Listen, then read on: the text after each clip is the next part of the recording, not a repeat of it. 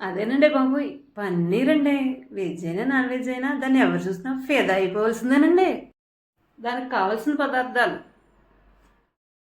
200 గ్రాముల పన్నీరు, 50 గ్రాముల జీడిపప్పు, 2 ఉల్లిపాయలు, కొద్దిగా వేరుశనగ గుళ్ళు, 2 పచ్చిమిర్చి, 2 టమాటాలు. పోసిన పన్నీర్ ముక్కల్లో కొంచెం పసుపు, కొద్దిగా సాల్ట్, కొంచెం గరం మసాలా, కొంచెం కారం వేసుకుని కలుపుకొని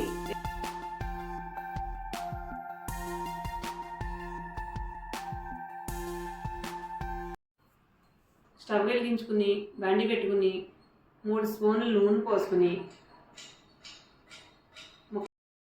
కట్ చేసుకున్న పన్నీర్ ముక్కలను నూనెలో వేయించుకోవాలి. 5 నిమిషాలు బాగా వేయించుకోవాలి. వేయించుకున్న తర్వాత పన్నీర్ ముక్కలు ఇలా ఉంటాయి. 1 స్పూన్ని నూనె పోసుకుని పల్లీలు వేసుకుని వేయించుకోవాలి. జీడిపప్పు దోరగా వేయించుకోవాలి. తర్వాత ఉల్లిపాయ ముక్కలను వేయించుకుని 5 నిమిషాలు పక్కన పెట్టుకోవాలి. ఈ వీడియో నచ్చినట్టయితే లైక్ చేయండి, షేర్ చేయండి, సబ్స్క్రైబ్ చేయండి. తర్వాత టమాటా ముక్కలను 5 నిమిషాలు వేయించుకుని పక్కన పెట్టుకోవాలి.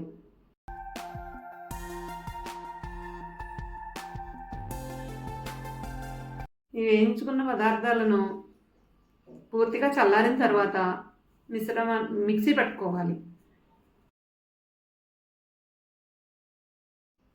స్టవ్ వెలిగించుకుని బాండి పెట్టుకుని 3 స్పూన్లు నూనె పోసుకుని 2 స్పూన్లు నెయ్యి వేసుకుని మిక్సీ పట్టుకున్న మిశ్రమాన్ని వేసుకుని నూనె పైకి తేలే వరకు వేయించుకోవాలి. బిర్యానీ ఆకులు 2 వేసుకుని జీడిపప్పు మిశ్రమాన్ని కూడా వేసుకోవాలి. తర్వాత గరం మసాలా వేసుకోవాలి. వాటర్ పోసుకుని కలుపుకోవాలి.